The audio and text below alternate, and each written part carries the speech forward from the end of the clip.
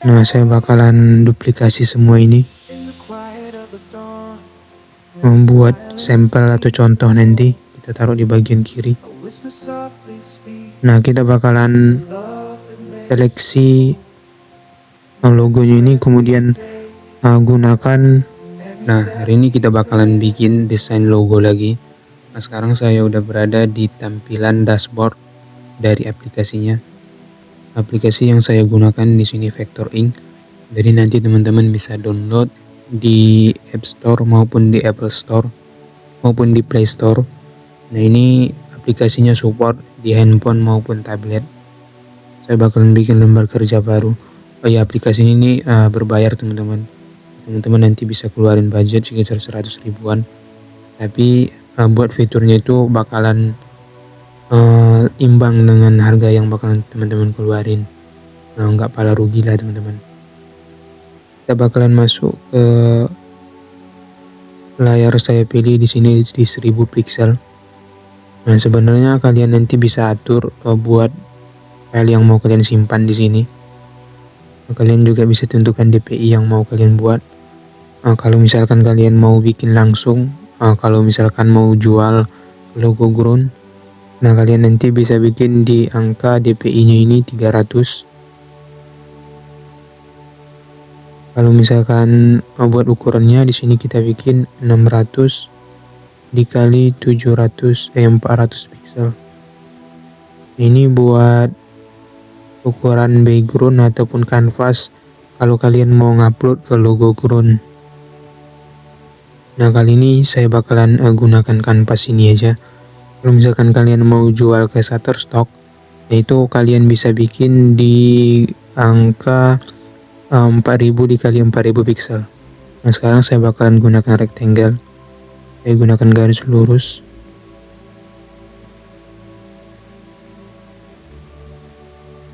Kali ini kita bakalan bikin logo kelinci. Saya bakalan bikin bulatan supaya bulatannya ini sama.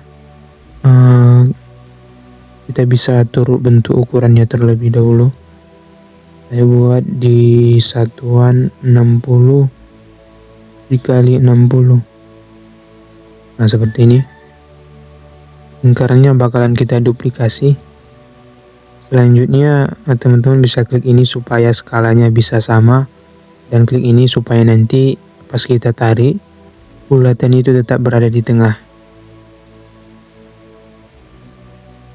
Nah, saya rasa ukuran segini udah cukup. Selanjutnya saya bakalan pasin garisnya ini ke menu sama dengan garis ini teman-teman. Nah, kita bisa perbesar.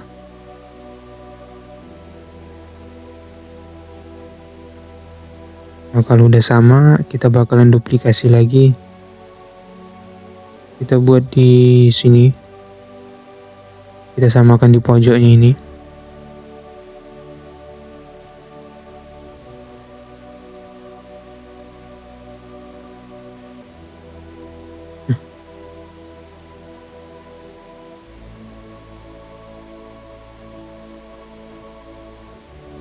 Nah, saya rasa udah sama.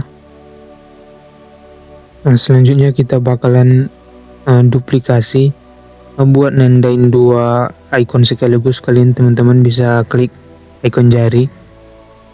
Nah, jadi kita bisa tandai dua, kemudian duplikasi dan geser ke samping. Nah, di sini. Selanjutnya kita bakalan bikin garis di bagian bawah. Ini. Kita bikin satu aja. Kita taruh di bagian bawahnya, jadi sama rata. Nah, selanjutnya kita duplikasi dan kita buat di bagian sini. Kita duplikasi lagi, kita tandai di bagian atas. Nah, setelah selesai, saya bakalan bikin ekor kelincinya di sini.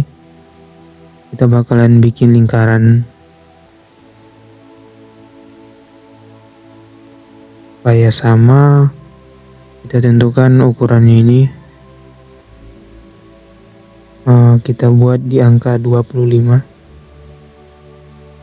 kali 25.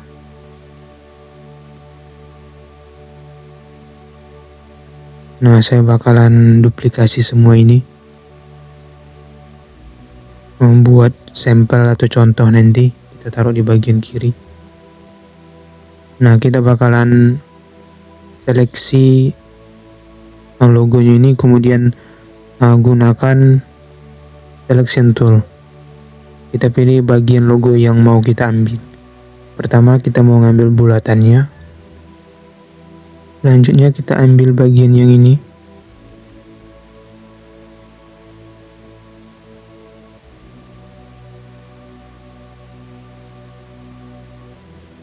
Nah, kita bisa seleksi. Nah, di sini kayaknya saya salah. Ada bagian yang kurang, kita bakalan ulangin lagi. Saya mau duplikasi bagian yang ini.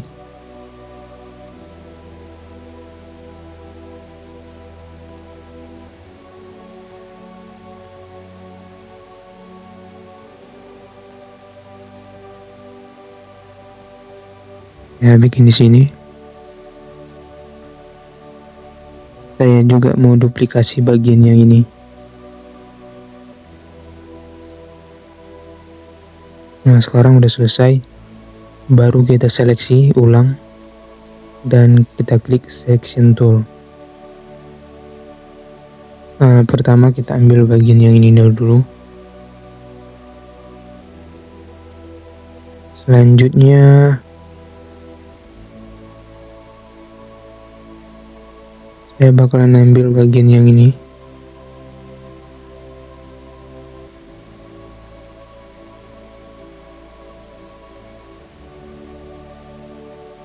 Kalau nanti ada bagian yang salah, nanti teman-teman bisa gunakan penghapus buat menghapus. Oke. Nah, kalau udah biru itu tandanya udah diseleksi, udah benar.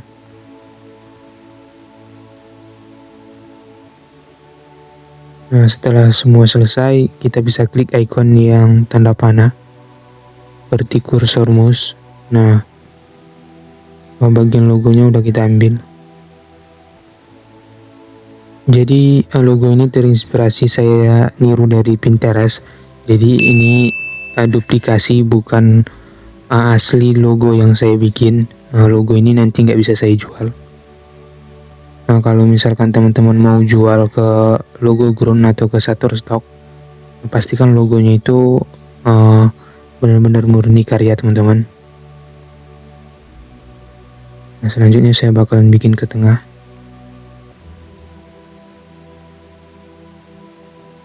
Ini ukuran ini terlalu kecil, jadi kurang begitu menarik menurut saya.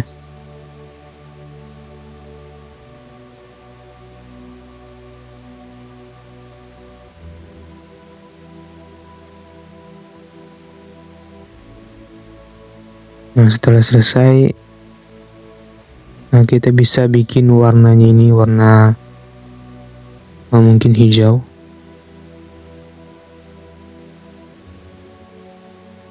Buat lebar goresan ini kita bikin di angka 0. Nah, ini juga kita samakan. Ini juga sama.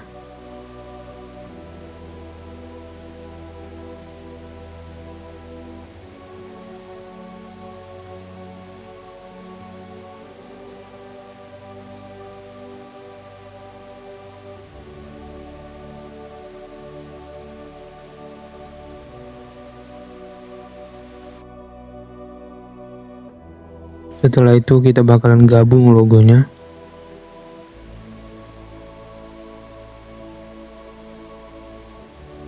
Dan kita taruh ke tengah. Oke, buat warna kanvas ini kita ubah. Nah, kita bakalan cari referensi warnanya yang bagus. Nah, kita bisa gunakan yang ini.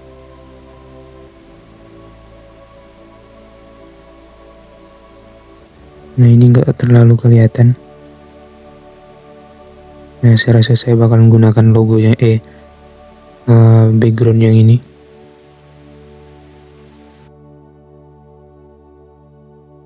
Jika logonya ini udah selesai, nanti kalian bisa atur sesuka hati kalian.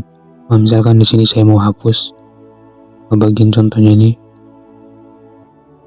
dan ini kita bisa bikin ke tengah. Caranya itu seperti ini. Kita bakalan atur posisinya ke bagian tengah. Kalau mau bikin ukurannya memperbesar ukurannya itu, kalian bisa tarik yang ini. Nah, sekarang logonya ini udah berada di tengah. Buat warna logonya nanti kalian bisa tentukan. Kalau misalkan backgroundnya saya mau ganti warna oranye, saya bakal coba ganti.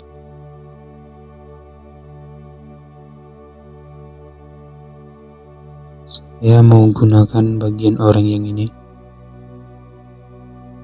Dan logonya ini saya bakalan ubah warnanya.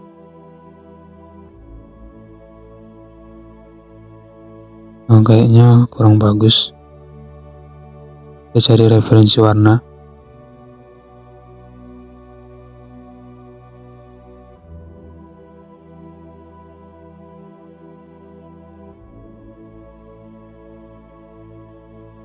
Saya bakalan mencoba di warna yang ini biar lebih gelap.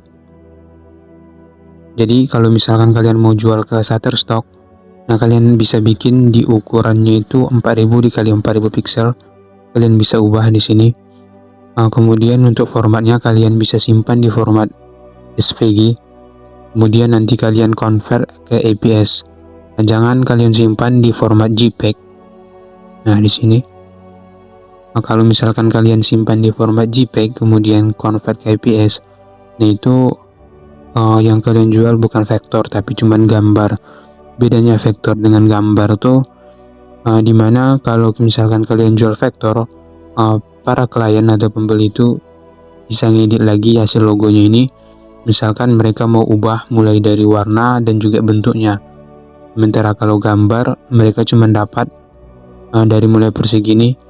Adapun logo yang ini nggak bisa diedit lagi. Jadi pastikan kalian save di format SVG, kemudian convert ke APS, baru nanti kalian jual ke Shutterstock ataupun ke Getty Image.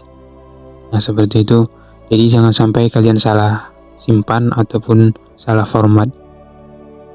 Kalau misalkan kalian mau jual ke Getty Image, kalian itu bakalan diminta buat kirim 2 file, file JPEG dan juga file APS. Nah, nanti kalian bisa simpan format JPEG-nya di sini, JPEG, dan kalian bisa bikin satuan ataupun lebarnya itu di 4000 kali 4000 pixel. Nah, kalian bisa atur nanti di bagian dokumen.